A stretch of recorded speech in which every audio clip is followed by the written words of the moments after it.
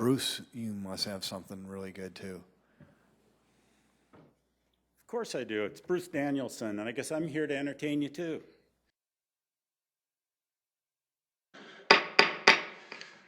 Well, good afternoon, everybody.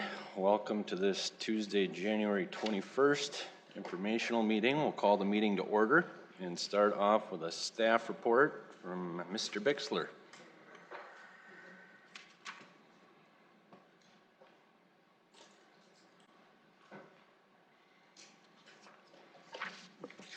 Dave Bixler, City Council Budget Analyst. In February of 2019, the Council went through an exercise to identify budget concerns councilors would like addressed in the 2020 budget. For the 2021 budget, the Council will be going through the exercise again. At the Wednesday, February 26th budget work session, the results will be discussed.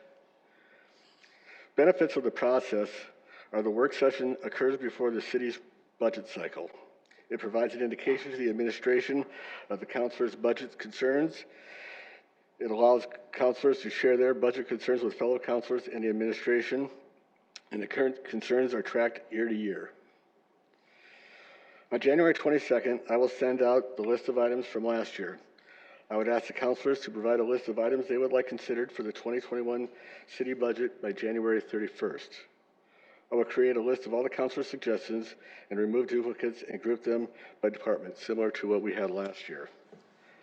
I will then send the compiled list to the council and ask that each councilor select a set number of items for consideration by February 14th and then return those to me. The scoring will not be weighted. The scores will be based on how many councilors select each item, similar to last year. When the scoring is complete, I will send the results to the council on or before Wednesday, February 19th, and the results will then again be discussed at the February 26th work session. Here's the entire list from 2020. There were 39 items. And then here's the results after the voting, and they're pared down to 29 items. Just to be clear, the list for this year will not build on last year's list. It will be an all-new list. So if you want something carried forward, you need to add it to your list for this year. And with that, I'll take any questions. Okay, any questions, councilors? Councilor Staley? Thank you so much, Dave. Great presentation. I would just request that you send us a copy of that list from last year. And when you send are you going to send us like a reminder of the ranking? This is how I will send this as well as this. The entire list. Then last year, didn't we say we were listing our 10 top priorities? Yes, that's a good point.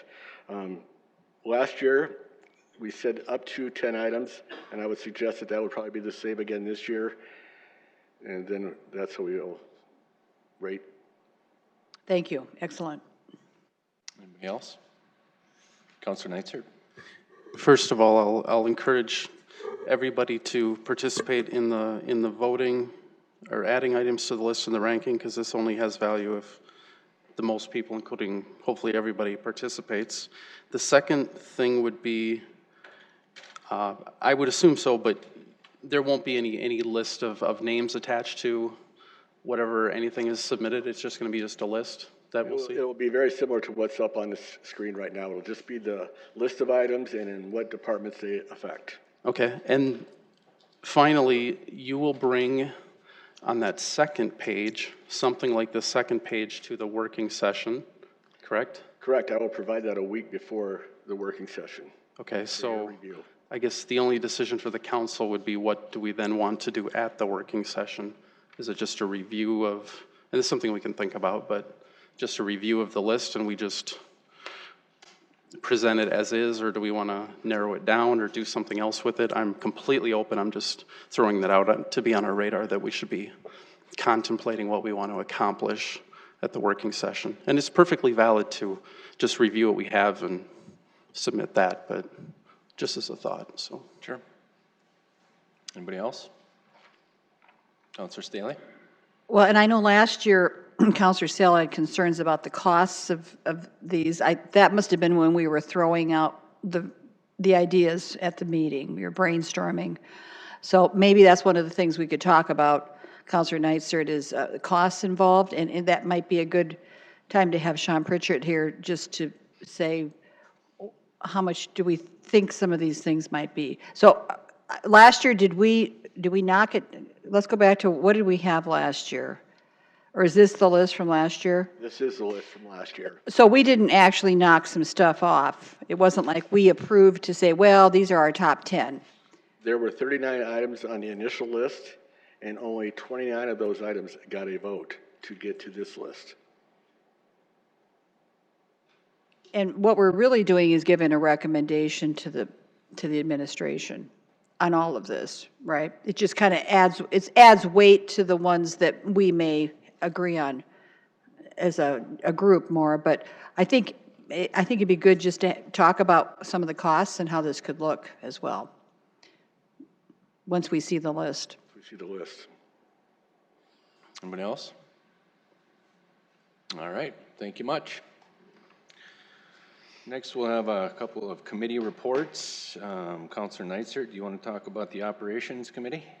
Sure. Last Tuesday, we had an Operations Committee meeting. It was open to the public, and so you can go watch it online or read the minutes. The clerks did an excellent job of recording what we covered, so I would encourage everybody to read the minutes. We had one item on the agenda, but it was pretty weighty, which was a review of the Council Policies and Procedures Manual. The main purpose of the Operations Committee is to do exactly that on an annual basis. We went through that document essentially section by section. The last time it was updated was in 2018.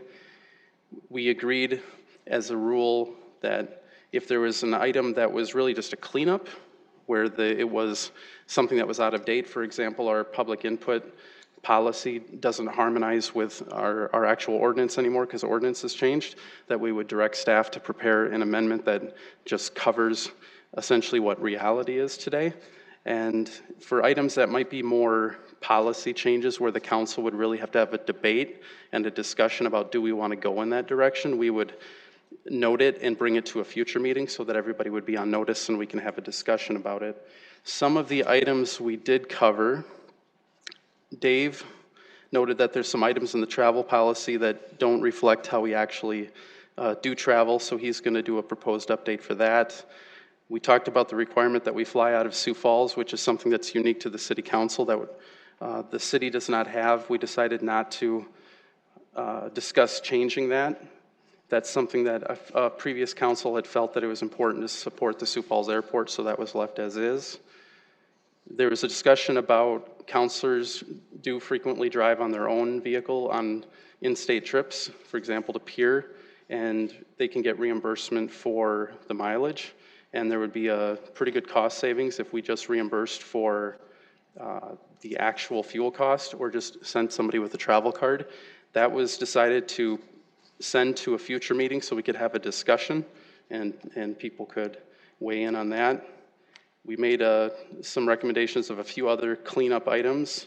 We talked about training and education. We could have a little bit more information in there and guidance. We really have nothing when it comes to giving any guidance to staff as to how training will work, although we do approve it in the budget, so that gives them obviously their direction as to what they can do, but we could maybe have a little bit more information in there. And then of course things came up such as, do we want to revisit or try to get into, and I'm not sure if we came to a conclusion on this, was the trips to the National League of Cities. Do we want to come up with some sort of a process that we will use each year so that we don't revisit it each year? But I think maybe we decided to leave it, maybe just leave it alone because councils change and maybe their priorities change. So I don't think we decided to move that forward, but it was a topic of discussion. And I think that covers most of it. So essentially at a next meeting, which would probably be sometime in the next quarter, we would be looking at some amendments that would be cleanup items that would have to go to the city council ultimately. And there would be a few things to discuss that might have some actual proposed policy change, or we may discuss it and decide ultimately, let's just leave it alone. So there wasn't a direction of which way to go. It was, let's just put it on a list and look at it next time. And that is the report. All right, thank you. And then we have a report from UDC. Actually, Mr. Chair, could I guess I had a suggestion also from the Operations Committee, and maybe even a question for the chair. I guess one of the things I'd like to see us meet sooner than later, when staff has enough time, obviously, to put some of the things together, but to have it in place before early summer, so that if new people join the council, that the operations manual's up to date and ready to go. I think that was one of my disappointments when I joined the council, is that we only got pages from the operations manual, and we're told the rest of it was being updated, and it seems timing wise that it should probably be ready to go with the spring election, and then as new people join the council, rather than giving partial.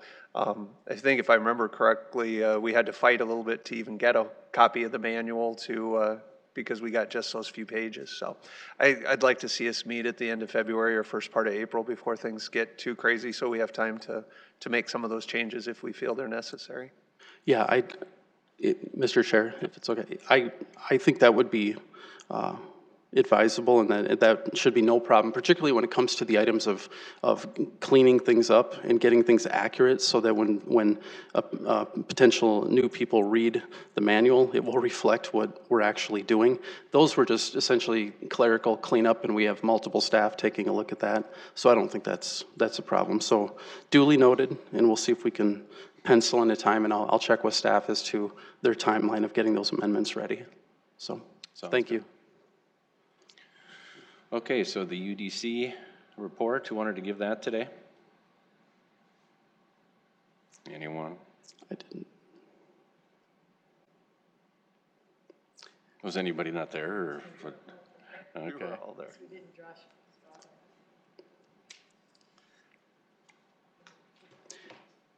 Are you going to give it a try, Councilor Brecky? Yeah, if we can find the agenda.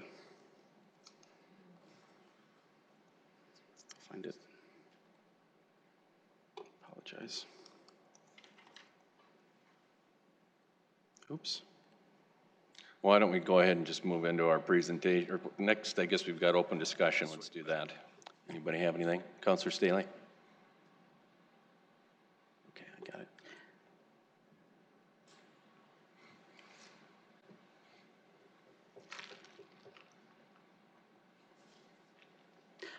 I wanted to share two comments that two citizens made on my Facebook page this weekend. There's lots of activity concerning the snow gates, but here are two comments, very positive. My driveway has been cleared perfectly every time this winter. Thank you and the street department.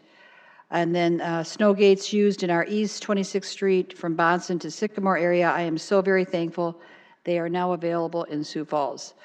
And I just wanted to remind our citizens that the snow gates service was an ordinance that we voted in 2014 as a result of our petition drive, where we collected over 8,000 signatures, an ordinance mandating that we have that service available. And one of the topics that's come up is that, you know, we have ordinances that also mandate that our residents clear their sidewalks and cut their grass and obey the speed of our city. And if they don't, of course, then we have a fine. We have some kind of a consequence.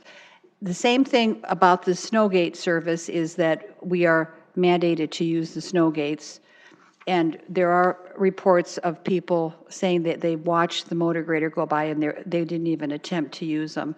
So I had a conversation with Mark Cotter, as I have for many years. Even when I was a citizen, I would talk to the Public Works Department. Galen Huber was fabulous, just saying that we need to make sure all of our drivers are trained. I've talked to men who are actually in the motor graders, saying that the quality has a lot to do with the competency of the driver. It does take a skill to get that gate to work. So I think we need to do that training every year so that we're providing that service for our citizens. And again, we want to have the same standard for the city that we have for our citizens as far as providing that ordinance mandated service. So appreciate Mark Cotter's responsiveness to our citizens, and I just wanted to share, again, my driveway was done beautifully. think there were probably some winners and losers in this roundabout, and I understand it's a challenge. But these people are paying taxes, and they really appreciate this service across the board. Thank you. Anybody else for open discussion? No? Okay. We'll start off with the presentations for the day. The first one's on Weber Avenue, the corridor study.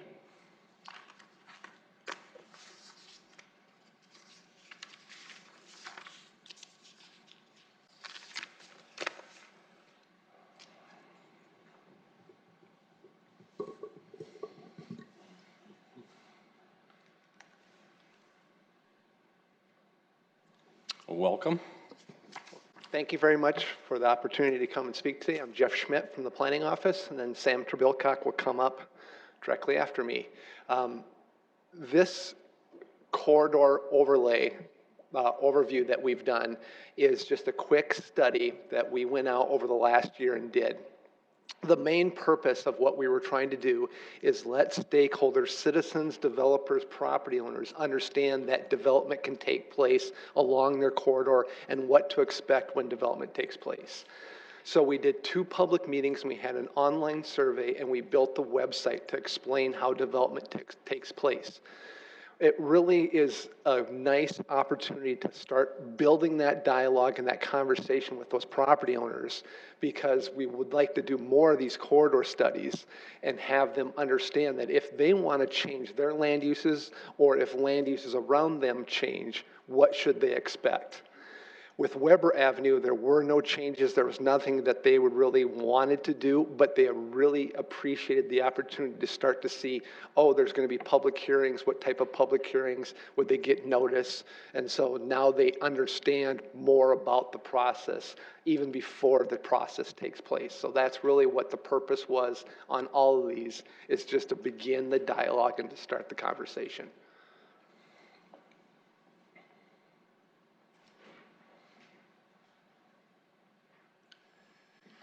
Sam Trebilcock, City Planning.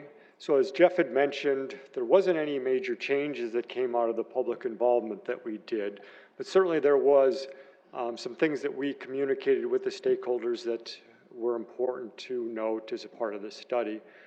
So one of our objectives, again, was stakeholders can communicate with the city and staff about issues, and some of the things that came out of this study specifically was to follow recommendations of the corridor influence area for redevelopment projects. I'll show you that map in a second. Was to maintain the corridor as an urban core corridor, which it is now.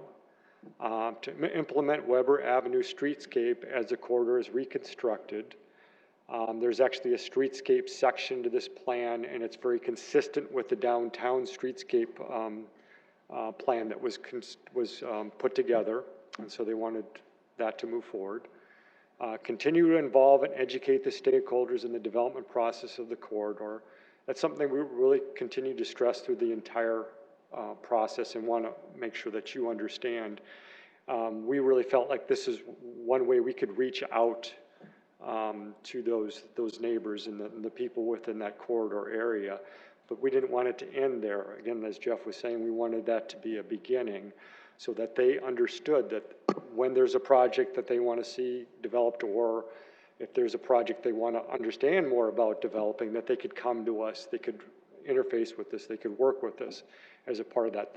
So that's why this is kind of a beginning point. Facilitate the development of an art colony as preferred land use. That's something we kind of heard before and heard throughout the development, but what we were interested in knowing as we went through this, is this kind of their idea of an art colony in this area, does it mesh in with what zoning ordinances and policies and our comprehensive plan? And yes, it did. So generally we feel like we're being consistent with that and noted that here. So improve signage along the corridor to include wayfinding to the amenities, kind of getting back to that streetscape section.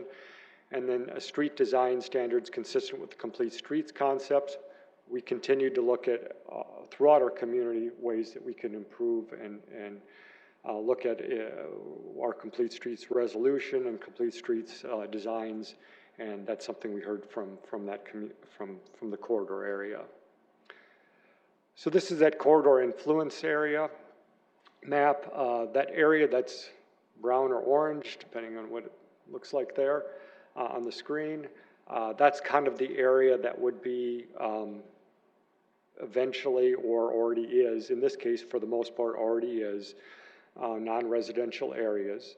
The areas that are in yellow would be transition. They're either now transitional land uses such as parks or office or multifamily or something like that, transitioning into that single family area or into that downtown area.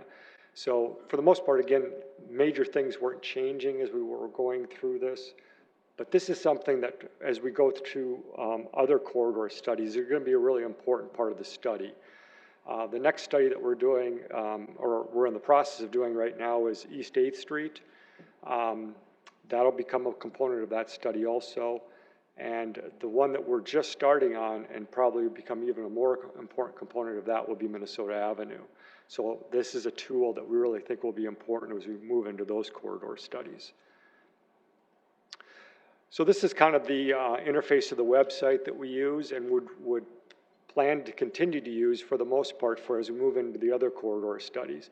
You can see on the right-hand side, it's the plan, the things that we've been talking about, but also it's that process. You know, these are the things that we were interfacing with those people in those corridor areas and would in the future studies. You know, how do I comment about development? What is my zoning? How do I rezone? Those are kind of things that we want to be able to talk to everybody about in those areas. Whether or not you're developing or interested in knowing about what's developing in your area. And then also, what kind of tools do I have available for land use transitions, for things like mixed use, and also to interface with your zoning ordinance. And those are all things that are within a part of this website and will be available as we move forward with other corridor studies. So with that, I would take any questions that you have. Any questions, councilors? Councilor Staley? Sam, thank you. Can you go back to the map? Mm-hmm.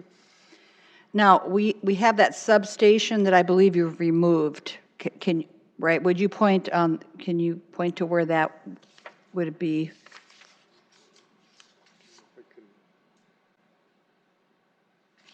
Well, it's in that yellow area there. It's because it's part of the parks area that you're talking about, right? So it's in that yellow area. Is there a way that I can?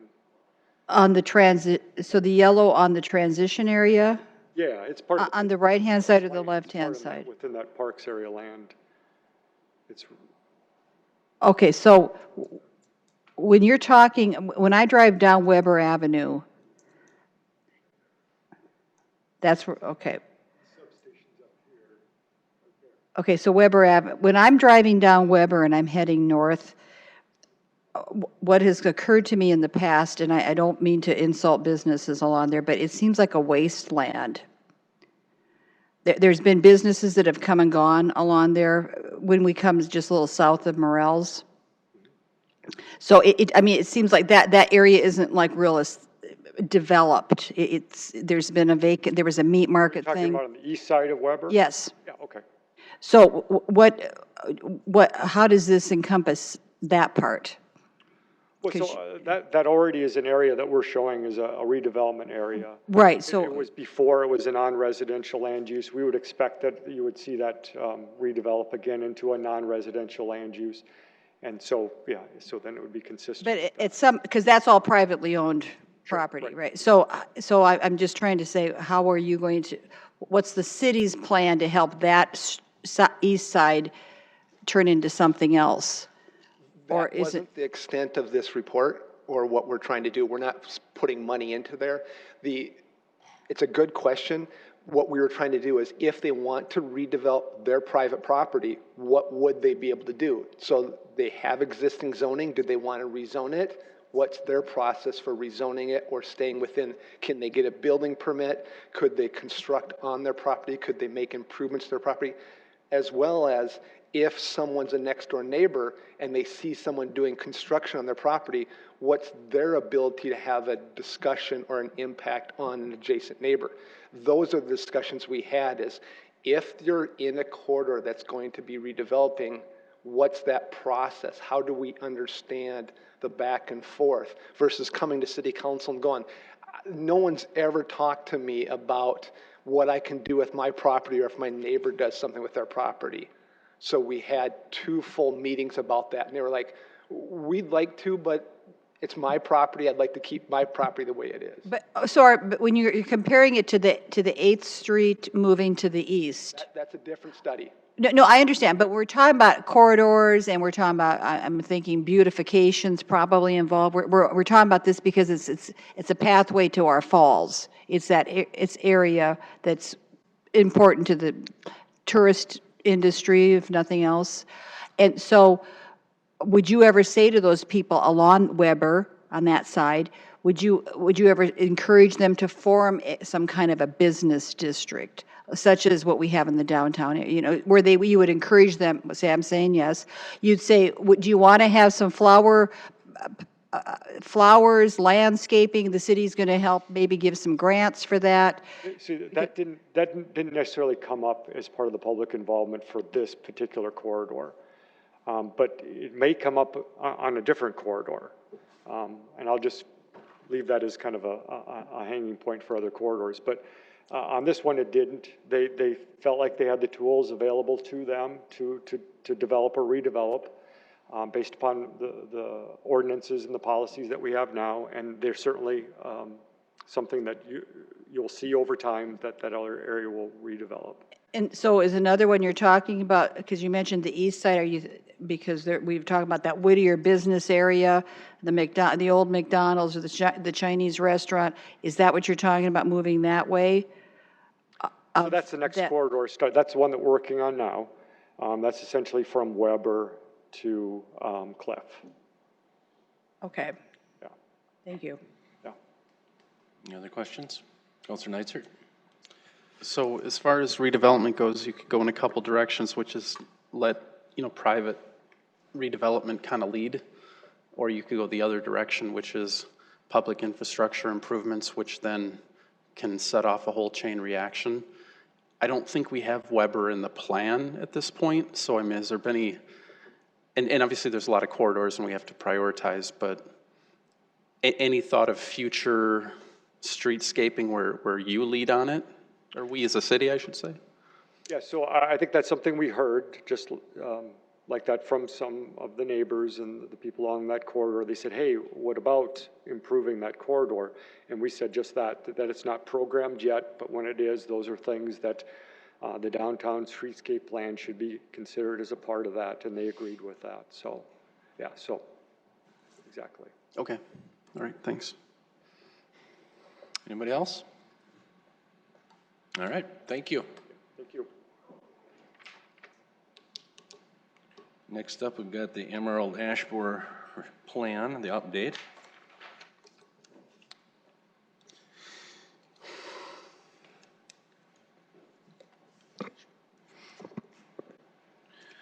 Good afternoon, City Council. Kelby Maris with Parks and Recreation. Here to provide you this afternoon with an update of our Emerald Ash Borer response plan. If you happen to remember all of the things, the weather events that we encountered through 2019, you'll know that the people that went through this work and actually removing the trees faced an uphill battle almost from January on, starting with the polar vortex in January, floods in March, tornadoes and floods again in September. So it definitely was an uphill battle, but the amount of work that they did is definitely commendable. So I want to thank the Parks and Rec team that engaged in this effort to kick off our response plan and showed their teamwork, their resiliency, and their commitment to continuous improvement as we continue to move through and learn things about our response plan and how things actually worked as we went along. So I'd like to bring this back just to bring everybody remember the death curve that we talked about, have talked about several times. You'll notice that the area that we're pointing to, that where Sioux Falls is in the death curve, I haven't moved it, and I haven't moved it for A couple of reasons. Really, we're not seeing much tree mortality at this point. Of course, we did have, the 250 trees in the original infestation were all treated. So a lot of them have come back and actually in better condition than they were when emerald ash borer was discovered in May of 2018.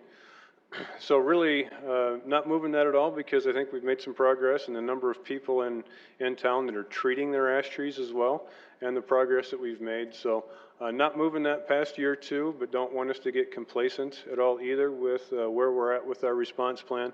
Want to make sure that we can continue our march and make sure that we address these trees before they become a public safety issue. Also want to bring back the numbers that we talked about in 2018, that there was about 22,000 ash trees on our streets. And public trees and parks and other city properties was 16,500. Of course, this number includes trees that were in riparian areas along the river and wooded areas in our parks. So those trees have not been inventoried. It's an estimate. And there's also an estimated 45,600 ash trees in the community that are private trees. So if we look at the end of 2019, you'll notice that we've made quite some good progress on our street trees. That, of course, was because of our efforts in proactively removing street trees in 2019.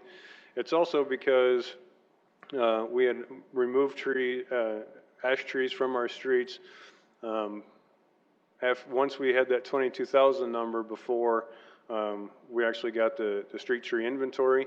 And actually at the end of September, or at the beginning of September, once our street tree inventory was complete, there was 19,777 ash trees on our streets. So with the ash trees that we had removed, it put us a little bit over the 20,000 mark. So that 22,000 number that we started with was right on. Also, we did see some movement in public trees, not only within the park system, but also when the tornadoes came through, they also did a number, tore up a bunch of trees along the bike trail, especially from Western Avenue, moving east all the way through Pasley Park. So a lot of those trees that were impacted were ash trees, but also good news is there were a lot of ash trees in our way to get to some of the debris. So we had to cut our way in and left no ash tree unturned when we went to do that. And of course, we addressed the ash trees that would have a target if they were to fail. So we're estimating that we were 4,000, almost 5,000 down, or a little more than 5,000 down from where we started in 2018. So to continue with an update on the response plan, an infestation has not been detected beyond the original delimiting survey that was completed in May of 2018. You may remember that earlier in 2019 we did discover 2 trees that were removed by one of our contractors that did have the emerald ash borer in it. However, the delimiting survey that was done after that did not detect the emerald ash borer in any of the trees surrounding the property that had those 2. Now, I'm not going to stand here and tell you that that's because they were the only 2 and we happened to get lucky. It's just that the infestation in that area hasn't progressed far enough for it to be detectable in any other trees. So at this point, we're not identifying that location as a satellite infestation, and we're continuing with our original response plan as we'd started. The street tree inventory, as I'd mentioned, there were 19,777 ash trees on our streets on September 1st. One of the good news is about that street tree inventory is that now we know and we can update and maintain our street tree inventory. We really know how big the elephant is that we have to eat. Bad news is that we've got more than 85% of the trees on our city streets that are of only 3 different species. 42% are ash, 36% are maple, and then linden comes in a very distant third. So urban forest diversification is definitely top of mind, especially as we move through with our planting plan, not only in the park system, but as we issue planting permits for street trees. Since our response plan is kicked off, we've issued more than 8,000 tags to licensed arborists who have treated trees to track these treatments. That's about 10%. There is some research out there that shows that if you treat anywhere between 15 and 20%, that it actually helps slow the spread, helps slow the infestation. So the fact that in the early years that we've got 10% right out of the gate, and this is only the trees that we issue tags to licensed arborists. There are a number of private property owners who are treating their own trees. So that's good news and definitely help us manage this infestation as we move forward. And so at the end of 2019, we'd removed 2,967 trees.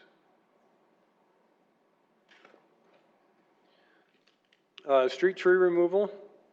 There has been a total of 2,405 of those trees that I mentioned earlier were removed in 2009 from our city streets. 1,947 were removed just from the right-of-way. 1,699 were done by contractors or city crews that were in the areas that we marked the trees for removal that were painted with the blue 9s. 29 were done by private property owners through removal permits. We lost 155 ash trees during the tornadoes in September. I will let you know that of the more than 400 right-of-way trees that we lost during the tornadoes, while 155 of them were ash, 184 were maples. And then we also removed 64 additional ash trees through our Dead and Disease Street Tree Contract, which is a program that we've had since the Dutch elm disease days.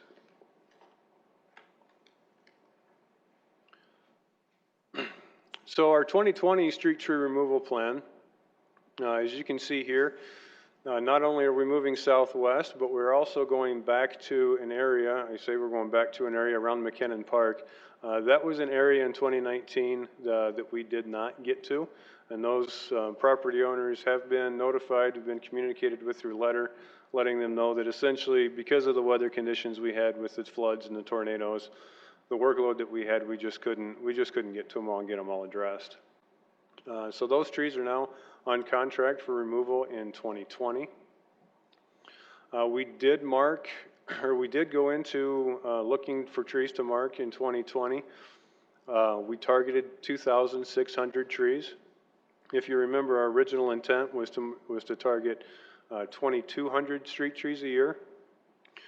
We went in targeting 2,600 simply because we knew that there were people that were going to be tagging or treating their trees. And so we wanted to make sure that we came as close to that 2,200 number as possible. But if they were actively treating the trees, we would pull those trees off of our removal list. And we had over 500 people contact us and tell us that they were treating their trees in this area. So we had to go back in and remove those trees from our removal list. There was 590 of them actually. And then we went out looking for other trees and actually have marked 2,078 for removal in these two areas. There are also, at the time I put the presentation together, there was 194 trees that were marked in other areas outside of these areas for removal in 2019. They've carried over to 2020 because we didn't get to them. There were 902 trees on our list for city crews to remove in 2019. We didn't quite get to them all. There was these 194 and the 236 in the other area around McKinnon Park. So we did pretty good. We got a whole lot closer to it. But there are just under 500 trees in 2020 for us to remove, which includes the 194 that were marked and the ones that we selected to remove in this area, in the 2020 removal area in the southwest side of town. Again, we're not going in and clear cutting neighborhoods. We are going in and we used the street tree inventory to select the trees this year. Went in and selected trees that were too close to adjacent things. So essentially, if we wouldn't allow you to plant that tree today with a planting permit, we targeted that tree for removal. Started with ones that were too close to corners, fire hydrants, street lights, driveways, and then we went after some of the larger trees. On public tree removal, So of the 80 developed parks, we have touched now 46 of those parks. We've eliminated the ash tree from 24 of them. The list of trees, or list of parks to the right of this slide are the parks in which we will be in 2020 to remove trees. From Yankton Trail all the way down to Dunham on that list are parks that you will see every year, simply because of the number of ash trees within those parks. We didn't feel it was responsible to go in and take a large number of those trees right of way.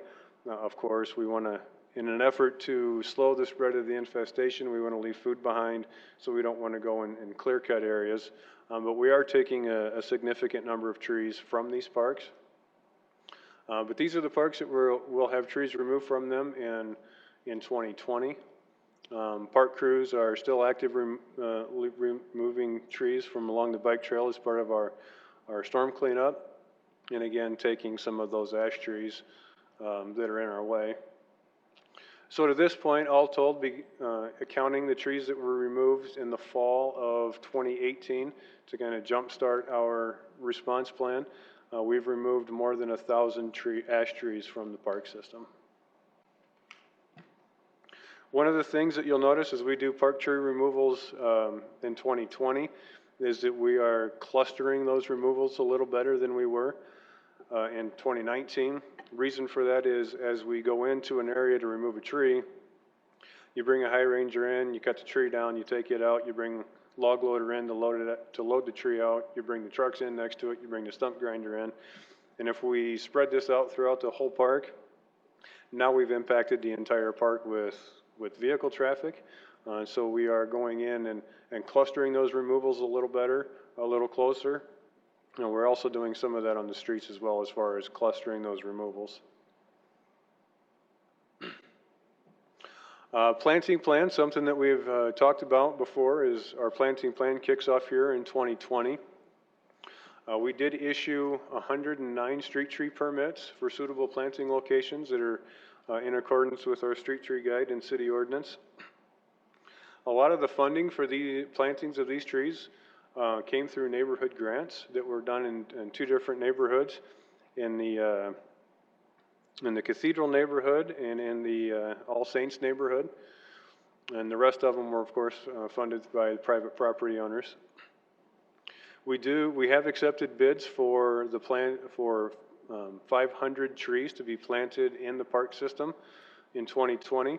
And we are planning a volunteer planting day for the spring of 2020, in which we can get the community to help us plant 500 trees, hopefully all in one day. So I went through that a little quick, but please know that I know this very well, and sometimes I definitely get way into the trees and I can't see the forest sometimes, so I would welcome any questions that you may have. All right, thank you. Questions, Councilor? Councilor Staley? Kelby, where are we at with the relief program?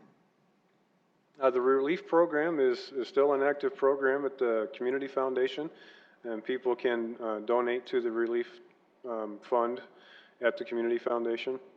At this point, the fund balance isn't to that to support a wide amount of street tree planting or tree planting. So it's not it's not available for people to, because they were talking about a matching situation where the homeowner would put some money and. Right, at this point, that program's not available. It's just the funds aren't there to support that program. Okay. Thank you.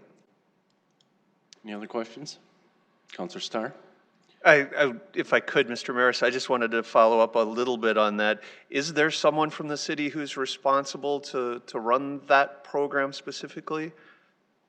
If I remember correctly, I think Mr. Nelson was here saying that he was going to be the one responsible for running it and, right, yeah, and making it go. He's been the lead of that endeavor for us. Answers my question. Okay.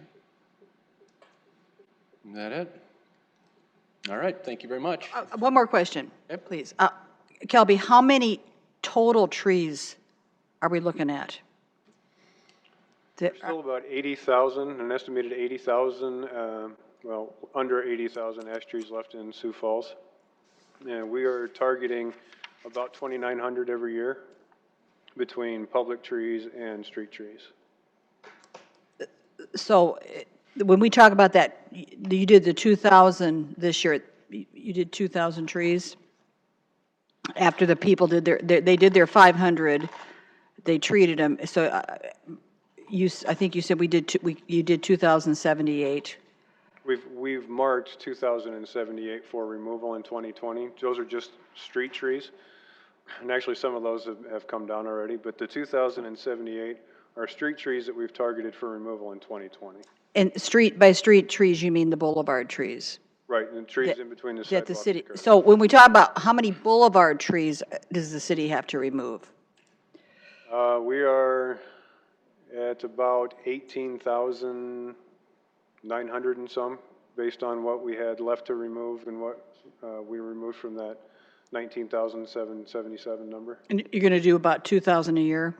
We're trying to do about 2,200 a year, yeah. So you think it's going to take 9 years to get through it all? Yeah, our target is for the 10-year plan. This is year 2 of our 10-year plan. Okay, thank you. Councilor Brecky? Have you been in contact with the state at all? Have they laid out a plan for how they're going to deal with the riverbed? Because that's their responsibility, right? Well, the riverbed not necessarily is their responsibility, but the rivers are. There is some definite concern across the state about potential flooding impacts that would happen if those trees fell into the river. Not necessarily here in Sioux Falls, but in other places in the state. But yeah, we continue to collaborate with Dr. John Ball from the Forest Service, and so we have several conversations with them, but there are no definite plans for EAB at the state level. Is that going to be our responsibility or their responsibility? Is it kind of like the tree maintenance, the boulevard trees? They own the river, but we own the land next to it, so are we responsible for maintaining it? Could be. I mean, if the trees fall in the river, it's definitely going to be something that's going to impact our infrastructure. So it would be, whether we pick them up out of the river or we find a way to remove them before that happens, I think would be responsible of us. Have they been counted as part of the total? No, they're in that 16,500 number that's an estimate for the riparian area, just because it's way too difficult to inventory those trees. All right, thanks. Anybody else have questions? All right, thank you. Looks like you're up right away again here, aren't you? Project trim.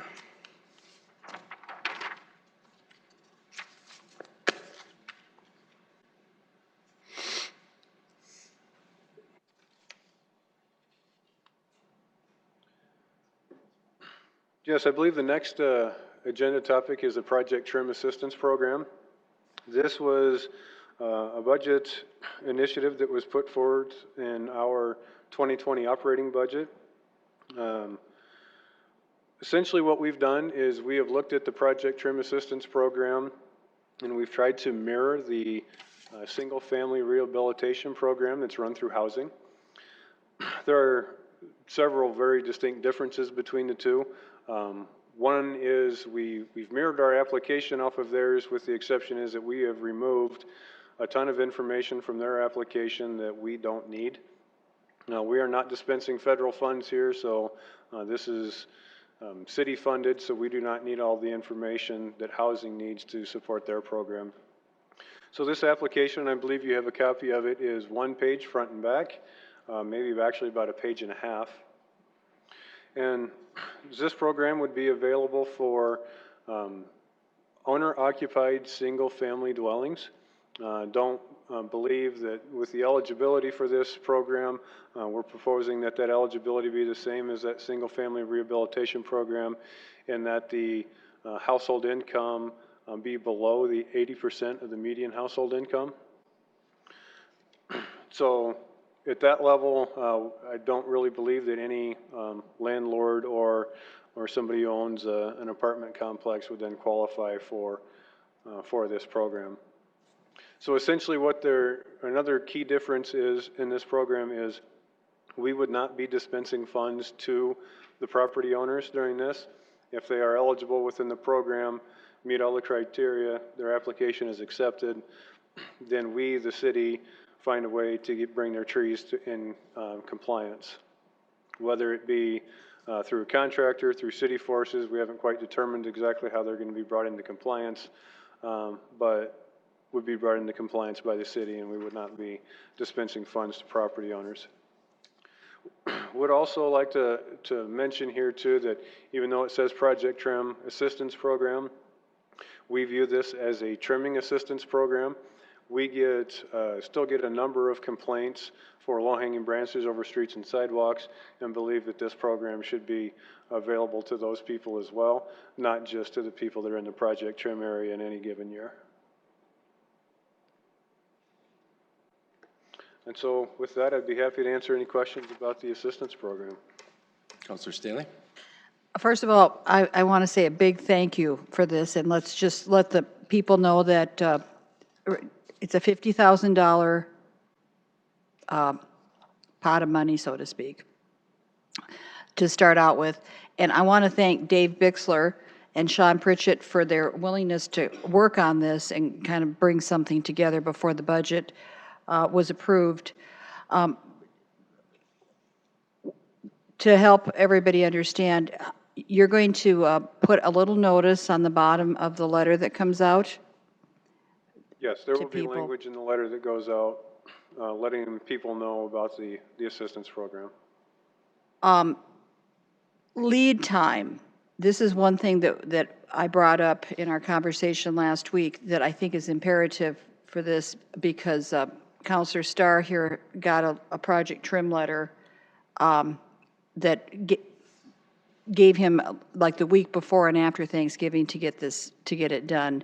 And so I think timing is such an important part of this, whether they're going to apply, be able to utilize this or not. So I would ask for that. But I think this is a wonderful direction for our city, and thank you for your work in putting this together. You're welcome.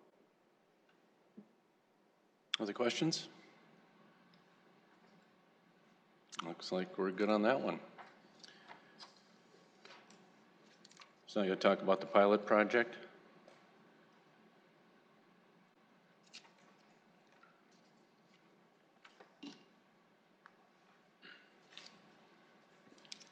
Yes, now the third of three, and I'm certain that we'll have had enough of me by the time we get finished with this third conversation.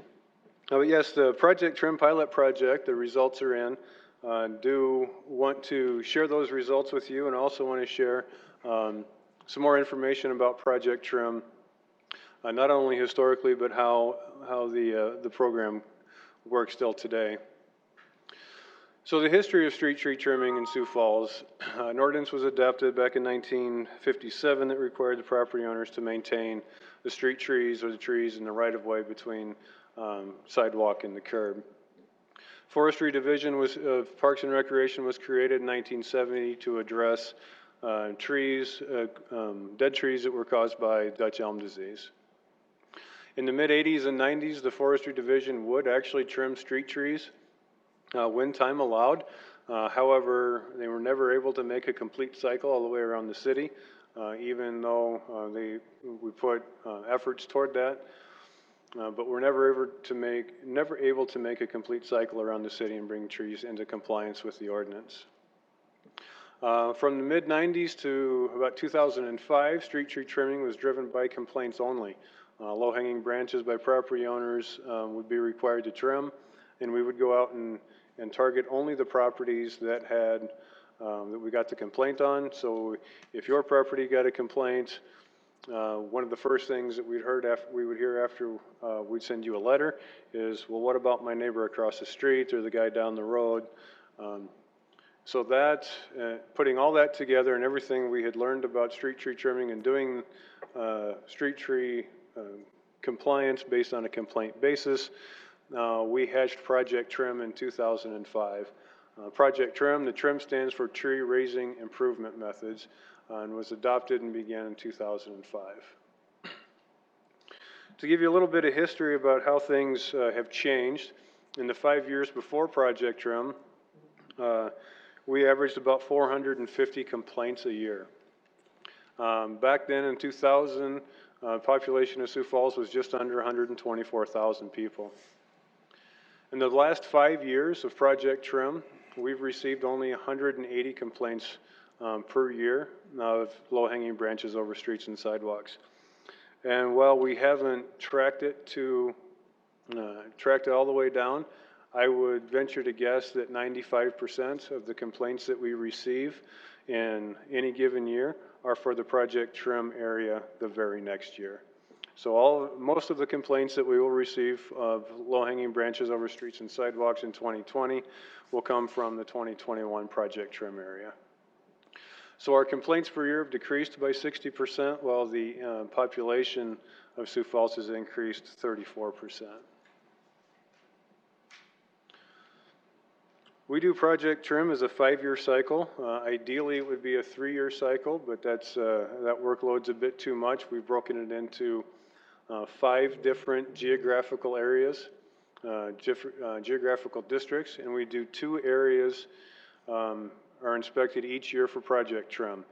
We used to do 3 before the emerald ash borer showed up, but now that we're not moving any wood between Memorial Day and Labor Day, and as we know, 42% of these trees are ash trees, we're likely to hit some of those through this program.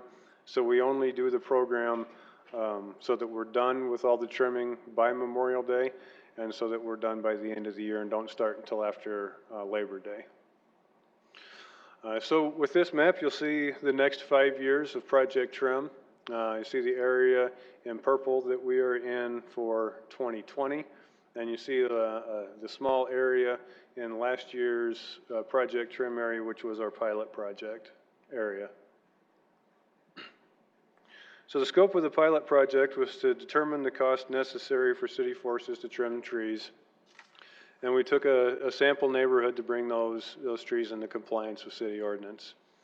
We used ViewWorks, our new asset management and work deployment software system, to log our crew time and equipment cost as we went through the project. This data was used to determine an average cost per parcel for the entire project area so that we could spread that out across the entire Project Trim area and talk about total cost for what it would be for city forces to perform all of the trimming annually. So in the Project Trim pilot area, which was the area was between Thompson and Bonson, Thompson on the west, Bonson on the east, 15th Street on the north, and 16th Street on the south. And we did both sides of the street on every one of those streets. So on Thompson, it being the west line, we did properties on both sides of the street, same way with Bonson and 15th and 16th, so that we make sure we captured the entire area. There's 172 parcels inside that area. The total cost for our time, it took us 44 hours worth of work to get through, for the crew to get through this area at a total cost of just under $10,000, or at about $58 per parcel. So if you multiply out that $58 per parcel across the 11,940 parcels in the total Project Trim area, using that same $58 an hour, we come to over $688,000 in cost for that Project Trim cost for last year if the city forces were to do it at that rate. The costs that were used, we used the actual labor cost for the employees doing the work, and we used FEMA rates for equipment. So now I'd like to get into a little bit about the Project Trim steps and how the Project Trim actually works right now. We go out and do a survey for ordinance compliance, windshield survey. It takes about 9 crew days per year, so 2 people, 1 driver, 1 recorder as we go down. System has been definitely updated by using technology and not crossing the parcels off on a piece of paper. Send a letter to the property owner with a due date. Typically that due date is about 6 weeks. And on average, about a third of the properties that we do in the survey are in need of trimming. So in 2019, the 11,940 properties surveyed, we sent out over 3,000 letters, or about 26% needed trimming. After the due date has come, we inspect the properties again, and if the property is now into compliance, the process stops and project trim is over for those property owners. If, however, on our second survey, we come back by and the trees are not to ordinance compliance, we leave a note on the door, and about 27% of the properties left receive a door hanger. So we left 837 door hangers. It's also important to note that this is the time in the process that as we go back out, we typically find a handful of properties that we missed in the original survey that now we need to send a letter to. And when we do that, we send a much abbreviated timeline, which is the situation, Councilor Starr, you found yourself in November. I do also want to let you know that we have never turned down a reasonable request for an extension on the deadline through the trimming of either project trim or trimming the street trees. The only one that Dwayne or I can remember is when somebody requested a year extension. We thought that was a little unreasonable, and that was the only one that we've turned down. So after we leave the door hanger, the door hanger comes with a whole lot more information as far as which trees and where and branches. And we come back a third time to make sure that these trees are now in compliance with the ordinance. If they are in compliance with the ordinance, process is over, it's stopped, it's done for the property owner. If, however, the trees still need trimming, they're trimmed by the forestry crew, and of all of the properties inspected last year, the forestry crew trimmed 126 properties, not counting the pilot area, or about 4% of the properties. So back to the numbers and the results of the pilot project. City budget currently has about $41,600 annually for the annual cost of project trim. The estimated first year expenses for city forces to take on this project and to maintain our 5-year cycle of bringing trees into compliance with the ordinance would be about $1.2 million in upfront capital expenses. This would include the equipment necessary to outfit 2 different crews, and also a warm location in which to store the equipment, because this is a year-round project. It was something that we would have to do 12 months a year in order to do it. Now, I know we talked a little bit earlier about not moving ash wood between Memorial Day and Labor Day. These people would know what's an ash tree and what's not, but would still be able to continue with the program and leaving ash trees for outside of that window. The ongoing annual operating expenses, including labor and the other operating expenses that would go into it, fuel, uniforms, personal protective equipment, small hand tools, those kind of things, is about $690,000 a year. So the year one total would be about almost $1.9 million in upfront starting costs to get the program off the ground, so to speak. Estimated first year expense increase, if we pull the $41,600 out, is still at the $1.8 million for the first year. And with that, I'd be happy to answer any questions. All right, thank you.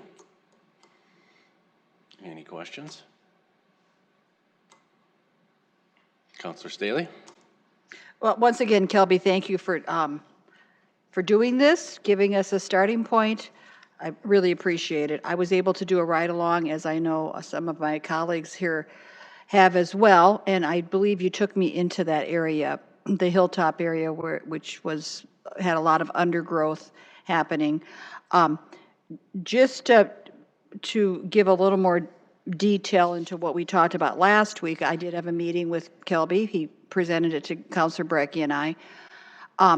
You indicated that you believed you'd need to hire part of that startup cost and the ongoing cost. You said you're going to need to hire 6 new full-time employees. Correct. Correct. 6 full-time employees that would outfit 2 crews. So then I said, and again, I understand this isn't going to happen now. I don't expect that to. It will be an ongoing discussion. It's been important to me for many years before I got on the council. But I think there's other ways of cutting that cost back. And you're using the FEMA rate for the, you said you're using FEMA rate of $225 for the, you're saying that's for the vehicles? So if you combine our vehicle or the equipment rates per hour and our labor cost per hour, it's about $225 an hour. So, Putting the two together. yes, and that, my understanding in the past was that it was, the city was doing it for $150 an hour when people didn't get it done themselves. So that's a higher, you're using a higher rate to kind of base this on. The $150 an hour that we charge for compliance trimming has been something that's been in place in the time that I've been with the city, which has been quite some time. So that rate hasn't changed. It was originally developed using the same criteria as far as actual labor cost and FEMA equipment rates. It's just that since it hasn't changed in 15 plus years, it's now actually closer to $225 an hour. And once again, that's the worst case scenario is $225 an hour. If a person had to have someone come in and trim it, a private company, they could have it done for less than that. And they probably, some people do. So another option is that we could put that out for bid to these, if this ever materialized, put it out to the private companies to bid it out to see what would you charge us to help with this effort. And if this ever would be implemented, I know that they would be hungry for work because this cuts them out of the deal, doesn't it? If this thing were adopted as you presented it today. Right. Yeah. If city forces were to do this, and right, and that wouldn't necessarily be my desires to cut them out of their livelihood. Also, we brought up the possibility of using some of the workforce from the penitentiary to supplement this, and that was actually where I first engaged with the warden of the penitentiary to say, could they help with the project trim, and also the Scoop It program that we've discontinued. So that's another option that would help to cut the costs.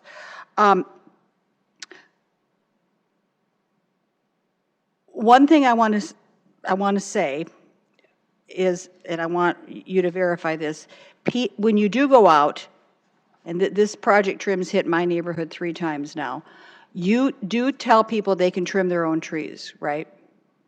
right. And the first time I called about this, and I said, could you identify which tree it is? And this was years ago. And they said, no, we can't, but you go out and measure, get a tape measure, yardstick, don't get hit by a car. Be careful when you go out in the street. So we are, under this program, we are saying that it is within the scope of trimming that we're telling people they can go in the street and trim their trees, right? Right. What we're saying through this program is that city ordinance requires them to maintain the tree, and this is part of that tree's maintenance. So it was interesting that I had a meeting with Mark Cotter a few weeks ago, and Greg Jameson had some ideas about helping with our safety in our streets. And one of the things Greg Jameson brought up was, and I'm going to bring this together here with this, what we're talking about. He said, Greg Jameson was proposing that we let people paint speed signs on their streets with white paint, 25 miles per hour. Mark Cotter said that actually has been, they've done that in some of the neighborhoods as a test thing. I had never heard that before. But he said we would never encourage residents to do that. And Brecky, I think you were with me at this meeting. He said would never encourage people, but Star was there as well, never encourage them to do that because of the liability of a resident being in the street. So he would not let his department ever have anything, put any circumstance in place that would encourage or require a citizen to go in the street.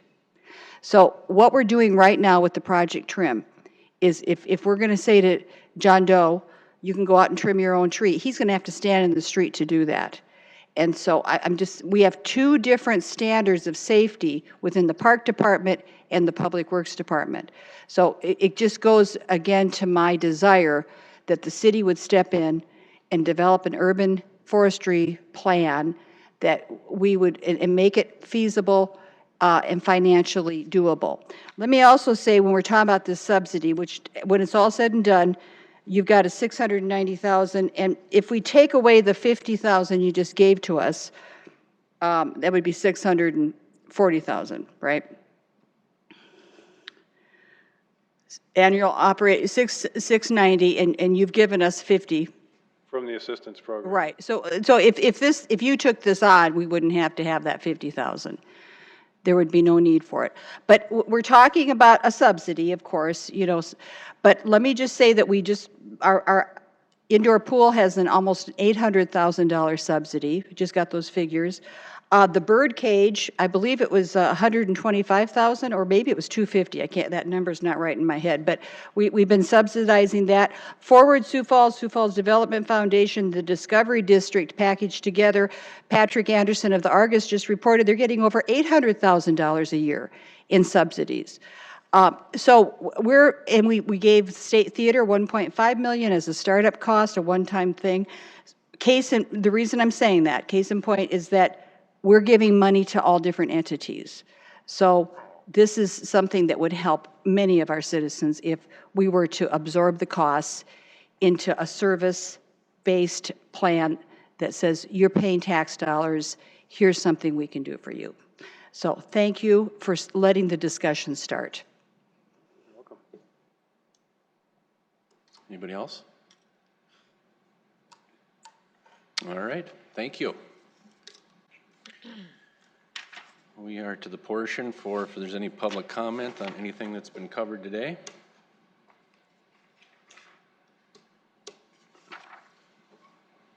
Doesn't look like it. Somebody want to do session? Mr. Chair, I'll make a motion to enter an executive session consulting with legal counsel or reviewing communications from legal counsel about proposed or pending litigation or contractual matters pursuant to SDCL 1-25-2, parent 3. Second, Neitzer. Okay, motion made by Erickson, seconded by Neitzer. And then we'll move into executive session. Roll call, please. Oh, do the roll. Council members Brecky, Yes. Erickson, Yes. Kylie, Neitzer, Yes. Selberg, Yes. Sale, Yes. Starr, Yes. Staley. Yes.